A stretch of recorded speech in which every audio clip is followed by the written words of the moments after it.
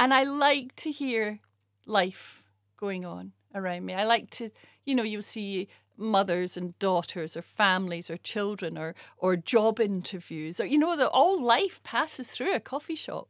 And it's just, you're always hearing little things. And it's a good reminder, I think, that, we all live in our own worlds that revolve around us. But of course, everyone in a coffee shop is the main character of their day, The Christmas library is, it's really fun. It's about, when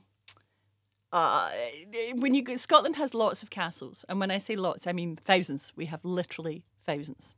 And they look really beautiful from a distance, but you get up close and you realise they are falling apart. They're just crumbling and no one's got the money to look after them. And, so it's about someone has to find a very, very precious book that has gone missing. Brexit is, up until now, the worst political thing that has happened in my lifetime.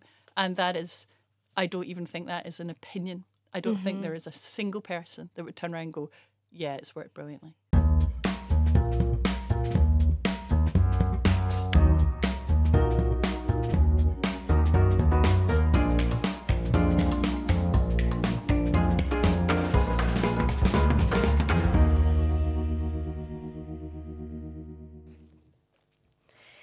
Bliže nam se novogodišnji i božićni praznici, a da li jedna knjiga bolje pristaje uz tu atmosferu nego najnoviji roman Dženi Kolgan, Tajna, Božićna biblioteka?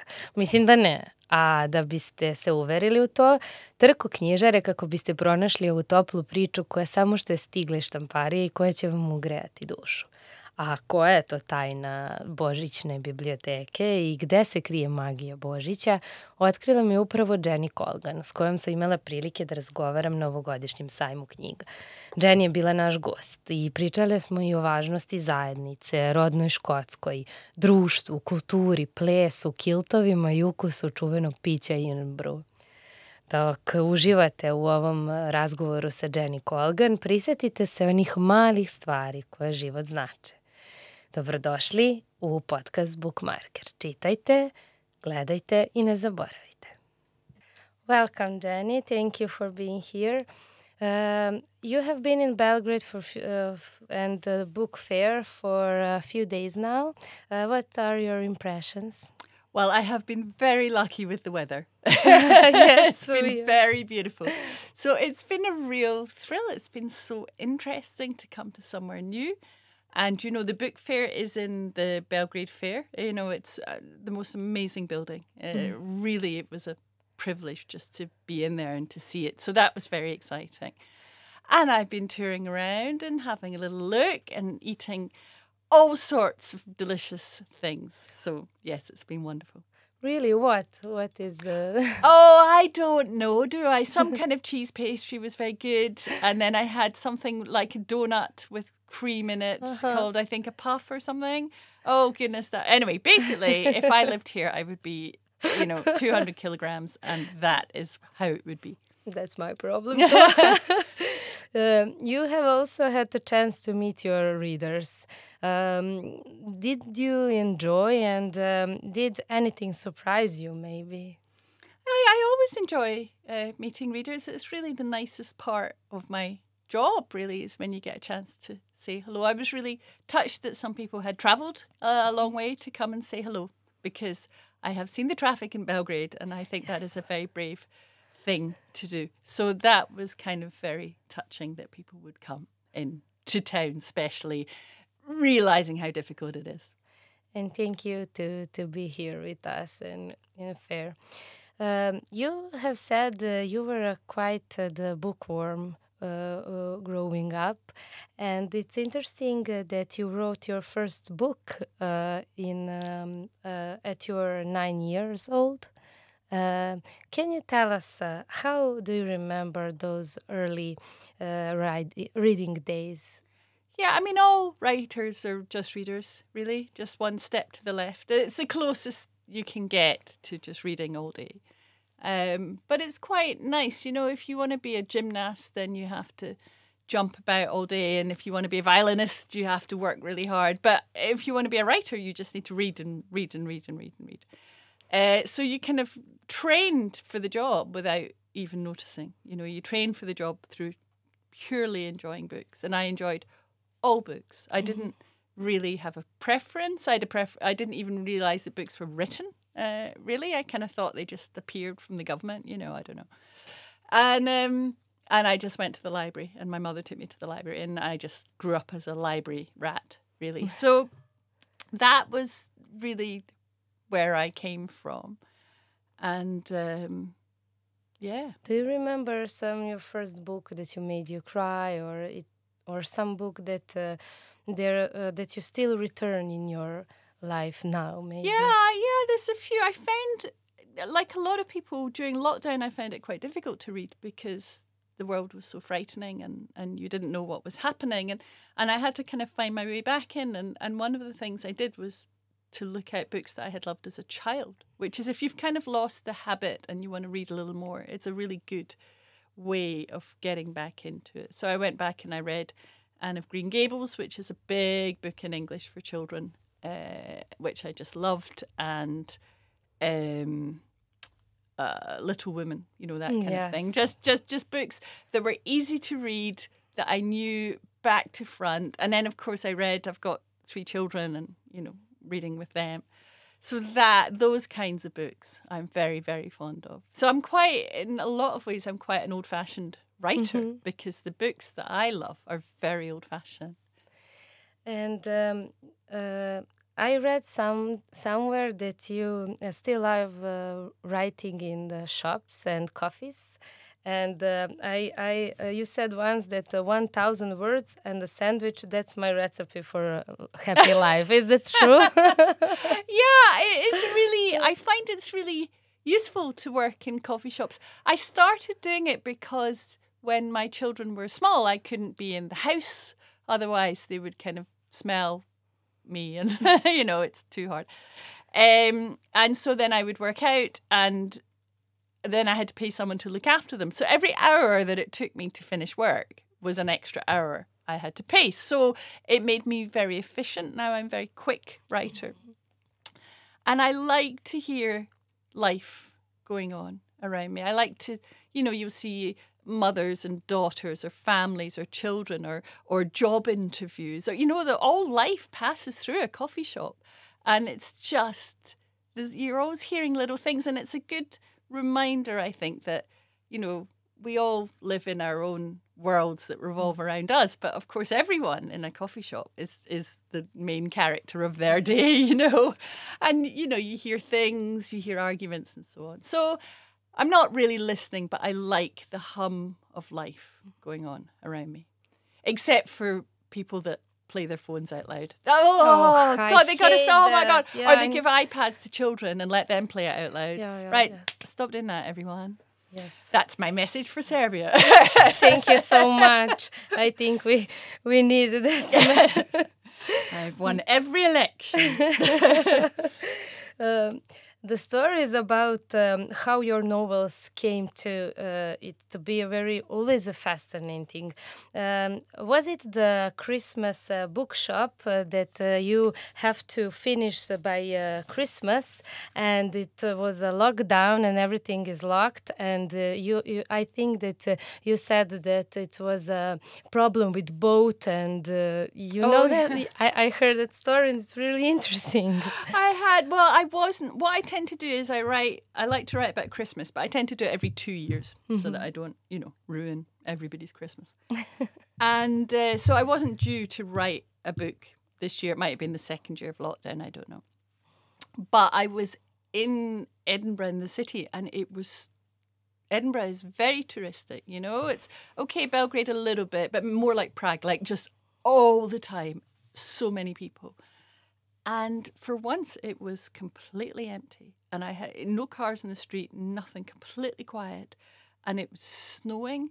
And you just thought, this is how you would have seen it 200 years ago, 300 years ago. You know, to walk through these empty streets. And I suppose not, because it's a capital city, so there would have always been horses and people. But it was so magical, like a fairy tale. And I emailed And also the other thing I will tell you is that we had to do homeschool. There was no school. Oh, and I was terrible at homeschool. Oh, my husband, he's a sailor, so he couldn't go to sea. So he was at home. He's very patient. He's an engineer. He's very patient. And so he said, I will take over the homeschool because oh God, awful. So he did homeschool and I said, right, well, I could write this extra book. And it was a very short time to write a book at the beginning of the year and to publish it by October. That's very hard to do. But it was so lovely and such a lovely idea. And I wrote it really quickly. I knew exactly what I wanted to say. And I felt I was exactly in the place to say it. So I wrote it very quickly through lockdown. And then the Americans, the British, and everybody raced to get it ready. And the Americans got their copies printed. I don't know where, maybe China, I don't know where. And they were sent back on one of those boats that got stuck in the Suez Canal.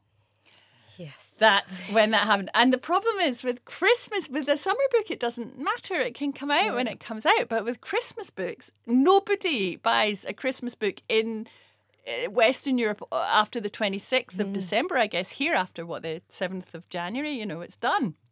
Nobody wants to hear about it. Everybody's just sick of it.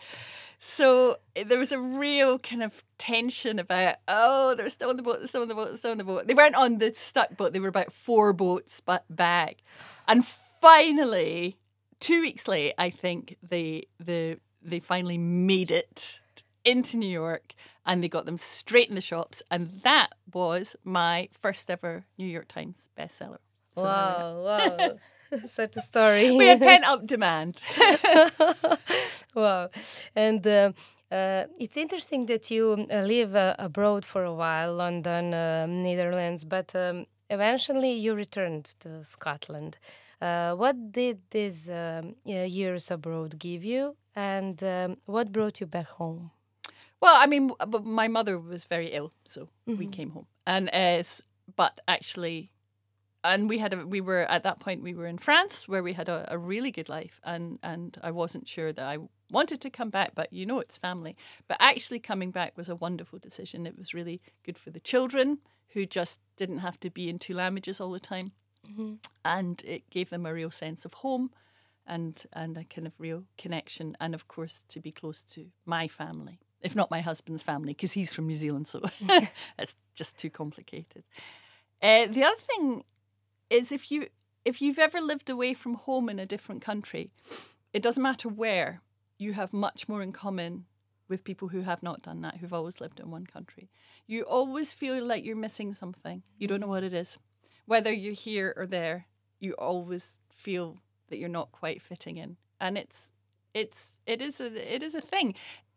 It's worth it because it's so valuable and interesting to learn and all the things that we think, and I mean everyone thinks that's how it is, and then I'd always thought that's how it is.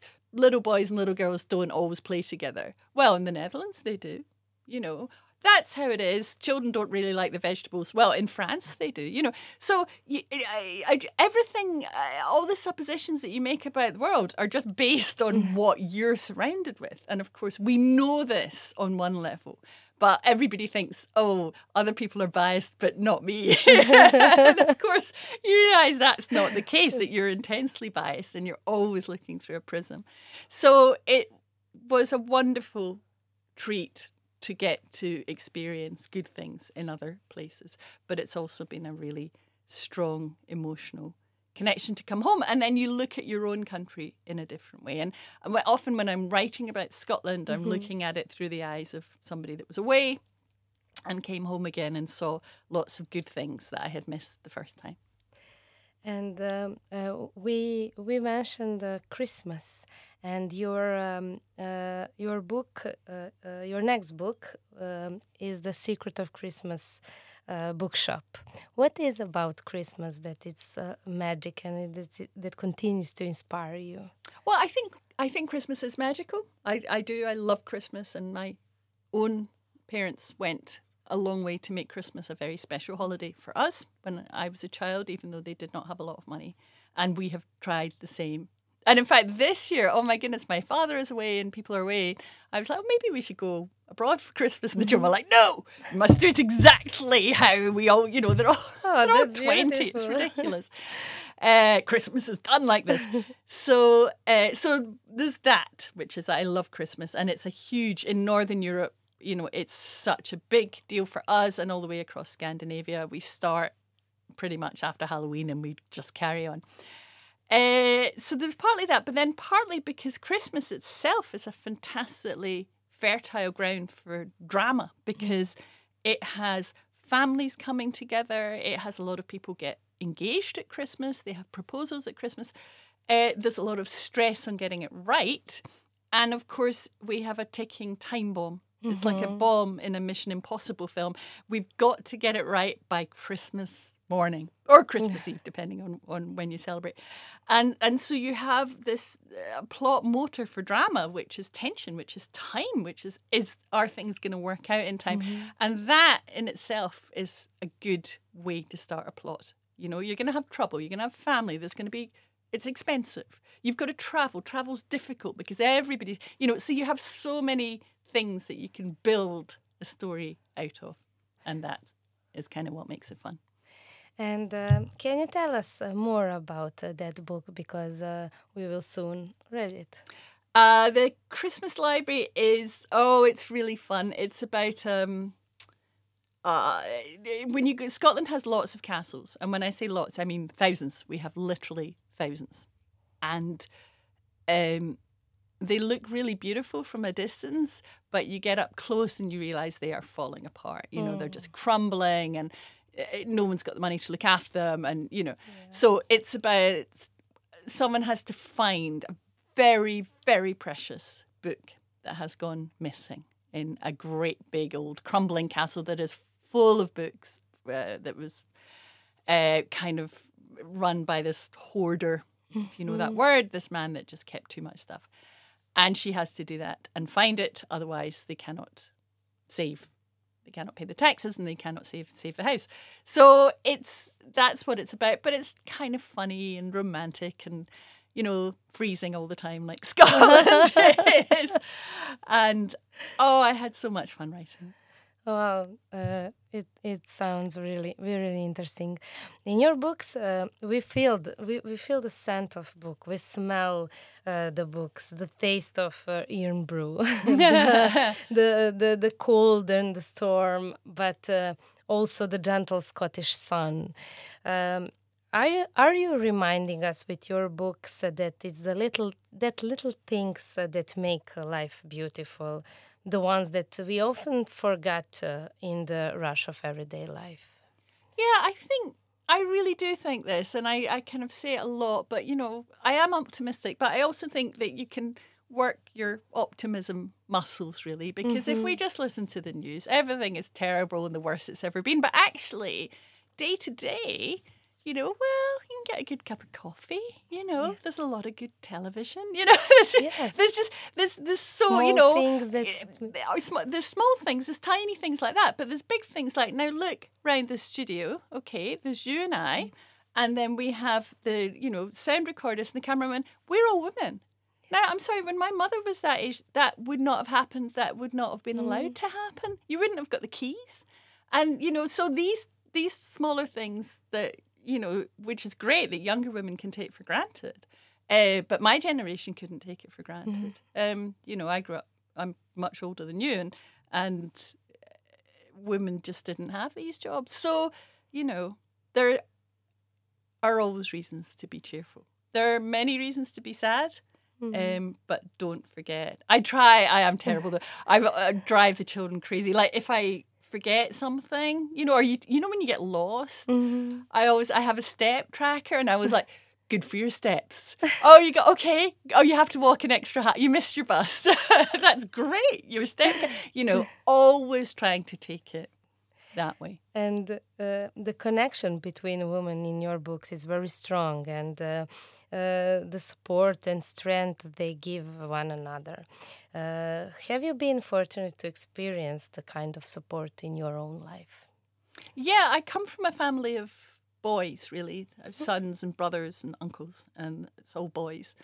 So really, I've relied very heavily on strong female friendships, which I've always had, and I'm very close to really people from my whole life, really. I've got a friend from nursery school, you know, so I've got my school friends and my college friends and my writer friends, and, you know, it's kind of, there's not a lot that's great about getting older, but one of the really nice things about it is how long you've known your friends and how long, and you come to a point where you're like, okay, well, this is it now. We're here for the whole, this is it. We're going to be here our whole lives. And there's something kind of fantastic about that, even as we're all falling apart.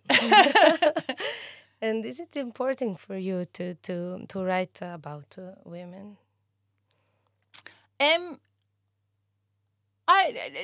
Not purposefully. I just tend to, you know, I write because I am a woman, and I write women's stories really because I write about things that I like and things that would follow me. But I don't particularly, you know, strongly. In fact, actually, somebody, a very good friend of mine says, well, okay, but you're full of testosterone and you love trains and science fiction and Doctor Who, and actually you're a man. So, you know, I don't really, you know, believe in strongly gendered roles, let us say.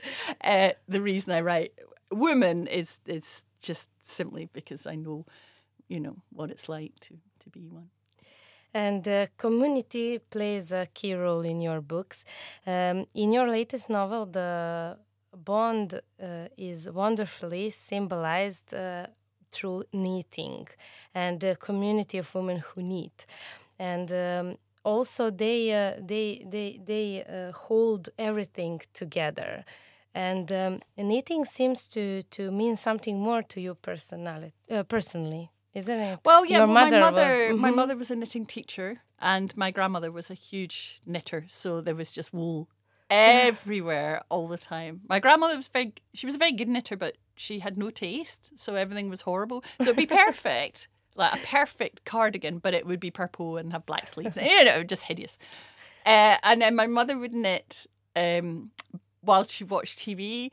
Oh, and you could always tell when, like, it was a good bit, or like Robert Redford had just shown up, because her stitches get really loose. She loses all her tension. She's obviously just watching too hard. So yeah, so I grew up around a lot of knitting, and I knit. Although not as much as I used to, because the children just got too big. So when they were babies, I could knit them out a little hat or a jumper. It didn't take too long. Whereas, you know, my eldest is 2 meters, so if I start knitting for him, I'll be here till next Christmas.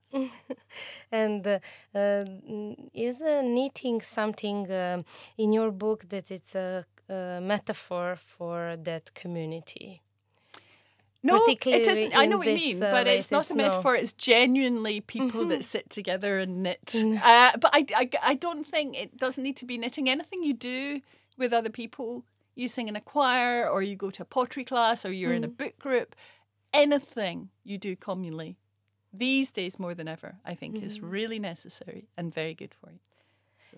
And I think in your books you don't sugarcoat reality, and you write about problems and struggles of people in small towns, running bookshops, local stores, family business.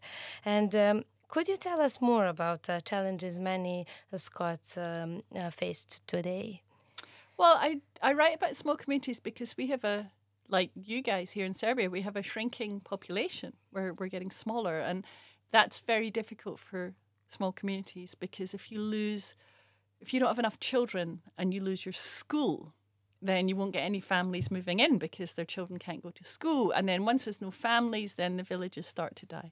And that is scary. That's a scary thing. So you do worry a little bit about that happening. And we did have a really good resettlement program for Syrians who came with young families and would be moved to, so they couldn't live in big cities. They had to go to the small islands and to the rural populations that needed them. And it worked brilliantly. It worked so well. We had this amazing young Syrian kid won the MOD, which is the local Scottish Gaelic speaker national competition. You know, he'd been here for about 5 minutes. So, those are the problems facing small communities, which is surviving as a community and not just an outpost for tourists to come and look at them. You know, that's not what it is about, to be real, vibrant places that work all the year round, not just in the summertime. And you also mentioned Brexit. Does Brexit helped or harmed that situation? Brexit has harmed everything. Yeah. Everything. It's harmed trust. It's harmed our country. It's harmed every other country. It's harmed the European Union. Brexit is, up until now, the worst political thing that has happened in my lifetime. And that is, I don't even think that is an opinion. I don't think there is a single person that would turn around and go, yeah, it's worked brilliantly. No, it hasn't worked at all. And it was never going to work. It was never even remotely. Anyway, don't get me started on Brexit. That's hilarious. Yes, but welcome to your political podcast. Funnily enough, I would say Brexit is as difficult to explain to you as the recent history of the Balkans is to explain to me. There's so many reasons for it, and there's so many complications and so many, rewritten narratives about it that we would be here forever. I have to say that one of the things I have really enjoyed coming here is everyone engages straight away. Everyone gives you their opinion or asks you how things are. It's not just small talk. Everybody likes to talk about real things. And I think that's a real strength of this country. Thank you. We are fighting for that. And do the Scottish government and local communities support little communities? Yes, they do. But that's not really the point. If you need to be protected by the government, there are certain things that we decide should be protected by the government, like museums or opera, old things. And that's not what people want to be. They want to be free. They don't want, the government saying, yes, here's a new sports hall and we're going to, park a cruise ship up so that everyone can come down and you can wear your kilt and do a dance, So, yes, but I don't think that's not necessarily the answer. What is always the answer is things like better rural broadband, Our ferries don't work very well, making sure that we have good communication transport networks. Same as everywhere. Yeah, I just want to say that. Oh gosh, since I've been here, people keep disappearing underground, and I just assumed they were going to the metro. And I'm told I'm not to mention the metro system. Yes. One of the biggest charms in your novels is that sense of community, but also those characters fighting for their dreams. And they often have a step far outside from their comfort zone. Have you ever had to do the same? And what did it bring into you? Yeah, I mean, every time we moved country, obviously, you had to kind of start all over with paperwork and language and just kind of trying to figure things out and meet people and whatever. And, the more you do it, the easier it gets. It is good for you. I'm always telling the children, just try something new. I mean, the worst that will happen, it will be a disaster and you do something else. But it's always better to try something than not. I'm trying to think of anything that I could do without any more cold water swimming. That's fine. But almost everything is worth a shot, I think. And what pushes a person to take the first step, like your characters in your books? That's a really interesting question, isn't it? Because sometimes you have to. And quite often in books, and not just my books, but in all sorts of books, there'll be something that happens at the start. Somebody will die, or there's a will, or there's a breakup, or, something happens to give you a shove out of the door, because that's how we wind up story and how we get things happening. How you do it in your life, if everything is quite comfortable, but you want to make a change, is a bit more difficult. To just stand up one day and go, I don't want to do this job. Or I don't want to be in this relationship. It is extremely difficult. So always in fiction, we can give people a reason. You've got to go and help your great-grandmother's had a fall and you have to go and look after her, to make you go. But actually, quite often life doesn't make you go. And you have to, really decide to book that flight and take that step. Or maybe just read your book and we will so have you don't have to, inspiration yes. for Or if everything is just change. fine, then you can just read it and you don't need to change a thing, yes. No, but we also can take inspiration from your characters in books, because everyone decided to change something and then they find the happiness on the other way. I don't think anybody who's unhappy in their life and then takes charge of their life and does something new ever regrets it. They might do the wrong thing and then move somewhere else or whatever, but I don't think people regret. It's that old chestnut. Well, sorry, we would call it chestnut. So it's like a cliche, which is that you only regret not doing things. You know, if you do something, it doesn't work out, that's all right. That's life, you know. Whereas if you don't do anything, then suddenly you wake up one day and goodness, you know, I will tell you from down the decades, it goes very fast. And your books are filled with festivals, with music, with people dancing and kilts and everything. It's traditional for Scotland. How important is for Scottish people that tradition? Oh, yeah, it's very important. Yeah, I mean, you're taught to dance at school. So you Cayley dance. And then my daughter does Highland dancing, which is with the swords. And, you know, most people will wear a kilt for weddings and for special occasions. And I think that's appropriate. Do you like it? You know, well, you have your tartan, which is from your family, so from your clan, and so you kind of identify as just being a part of the community and so on. So, yeah, I am all for it. But it's perfectly normal that it would happen. And it's interesting for me that you said that you also worked in a bookshop, right? Is that why your stories of independent book sales are so close to your heart? Well, I don't know. It was a very long time ago, and I was just a teenager, and I was always getting in trouble because I just read all the books all the time. And so I was constantly getting told off for not paying attention. So actually, no, I was a terrible book shop. You know, I should have been dusting. I thought, I'll just take this job and I'll just read all the time. And then you go and put the newspapers away. So, no, I wasn't a terribly good bookshop employee, as it turns out. You've got to be nice to customers, not just sit with your nose in a book.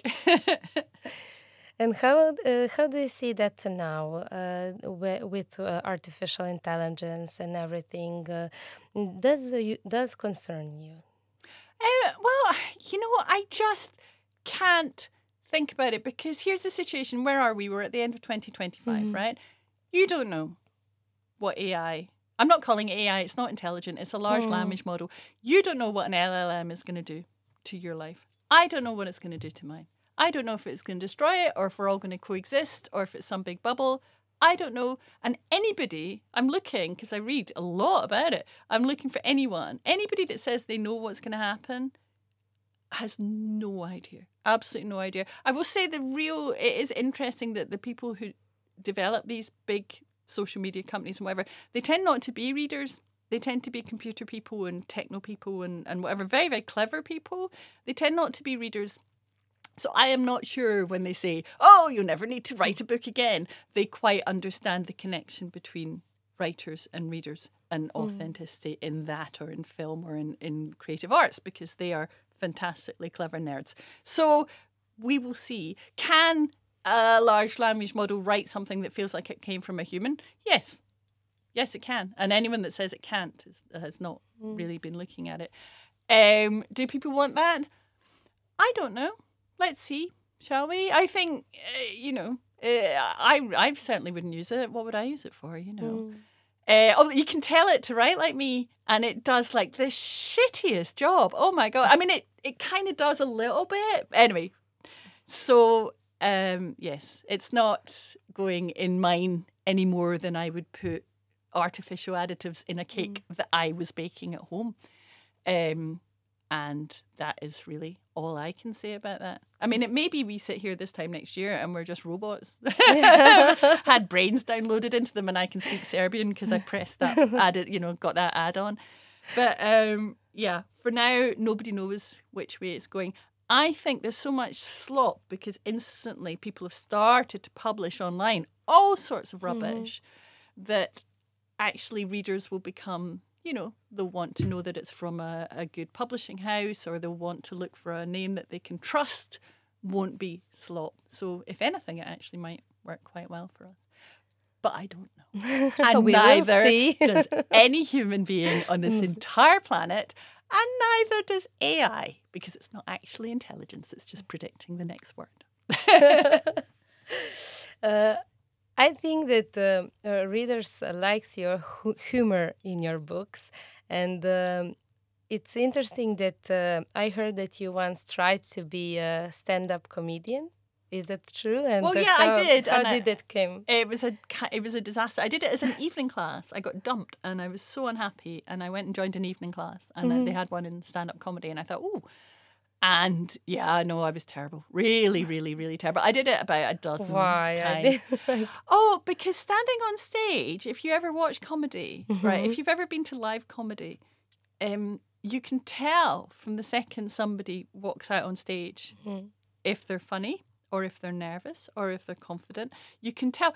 And in a funny way, it almost doesn't matter whether the jokes are good, because the way people stand, they've got funny bones, they're very relaxed. And if somebody comes on and they're tense, then that will make the audience tense, and it's very hard to laugh when you're tense and you're worried, So that's what it is, really. And it's interesting, because you would see particularly new acts, and their material wouldn't be that funny, but they were funny, and then they'd get some funny material, and before you knew it, that was how it was done. And I couldn't do that. I was just, I don't really like being on stage. I don't mind it now, but I don't, I'm not really interested in an audience, and I'm much happier just sitting and writing and someone else doing it. So I very much translated and also in those days, women did not do comedy. There would be 9 men and 1 woman. Every time there was 1 woman, there was only ever 1 woman. And so that was, I think, it's changed a lot. They would never put 2 women on a bill. And that was awful as well, because you could just feel the guys were just they'd shout things. And oh, God, it was horrible. One of my best friends from that time is now a very successful comedian in the UK. And a couple of my friends are still doing it, and they've had really good careers. But it's I could not do it. But you also written for Doctor Who. How did that happen? How did that opportunity came? Do you have that show here? Yes, we have. Oh, right. Okay.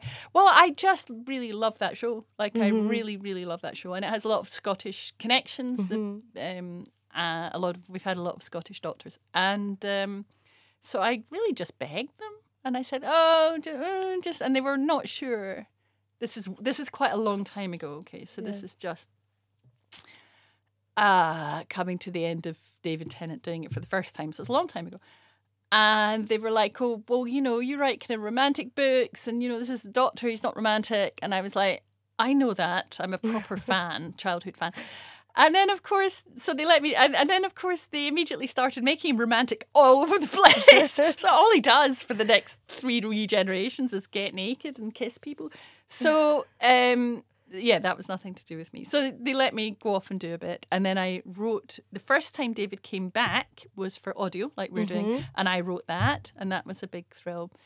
And then I'm just doing, I still do bits and pieces for them. And your characters really try all sorts of new jobs also. And Gertie from your last book trains to be a flight attendant, despite never having flown before. Yeah. And when we're speaking of Gertie, she often dreams, and big dreams, and slips away from reality. How to find the balance between dreaming and following out dreams and staying grounded? Is it important? Yeah, balance it's interesting. It's because my job is really just having dreams and writing them down. That's very much a part of. But yeah, if you live in a dream world all the time, I'm sure there's reasons not to do it, but I don't know them. I've lived in a dream world my whole life. There's a lot of that side of Gertie is a lot like me. And, writing, or my job is just kind of, you write your dreams and you write them down. So I can't find anything to criticize about it. Your imagination is often a nicer place to be than wherever it is you happen to be at any one time, I think. And did you put you in any of your characters like Gertie? So there's a little bit of that side of me, the kind of, oh no, a man's bumped into me. He must be a hidden billionaire that's in love with me, that kind of thing. But no, not really, since my very early book. So this I've written about 40. So, you do start to... No, and my characters tend to be a lot more competent than I am and on the whole rather more organised and talented. So no, not since my very early... My first couple of books would have had a lot of my life experiences in. But no, not so much now.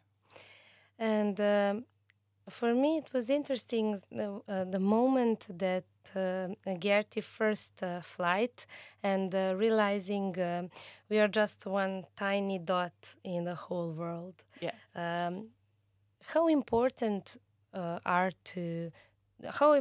those moments for people to remember that we are just a little dot in the whole world? Well, I think that's the kind of joy of being alive, really, which is we're all just tiny dots in a big world, but we're also huge universes inside ourselves, and that push-pull of human existence is what is interesting, that everyone, I have been married for 25 years or so, and, and I know my husband as well as I know anyone, but I don't know him completely. Nobody knows anybody. And that is so interesting, that there's always more, that we'll never learn everything about what's going on inside a person. That's sometimes terrible, but, endlessly fascinating. So, yeah, I mean, there's a lot going on in all of our little dots. It is. I mean, ask anyone that's ever had to clean out a parent's things after they've died, There's a lot goes into making up a life. So... we're all very important dots, I would say. And I think that we all need that happy endings from your books these days, don't you think so? Yes, happy endings are important, but waiting and thinking, well, I'll get my happy ending when, I've lost 5 kilos, or I've met the perfect person, or I've had a child, or I've had one boy and one girl, or my house is bigger, or my car is better. I think that's a mistake. To constantly think that there's a happy ever after, but it's in the distance. Whereas I think if you're lucky enough, as we are, to be living, now, when there's lots of nice things around that we can have, that every generation that came before us could not have, Even, could you, the idea of the phone that you hold in your pocket, any song, any piece of music you ever want to listen to, you can just listen to it. So I actually, yes, happy ever after, but actually I think trying to be happy with as much of your life as you can is a much better and more realistic option to living a life that you feel works for you. I think this is a beautiful message for ending this conversation. And thank you, Dženi, for this opportunity to have you here and talk about beautiful books and everything you say today. Thank you very much for having me. I enjoyed it. I will just ask you for if you want. Thank you so much. It's tradition. Every writer will... Oh, right. Okay. So I'm not putting a name in it. I'm just putting... No, we will put it on this shell. Oh, lovely. Thank you so much. Oh, excuse me. Thank you so much.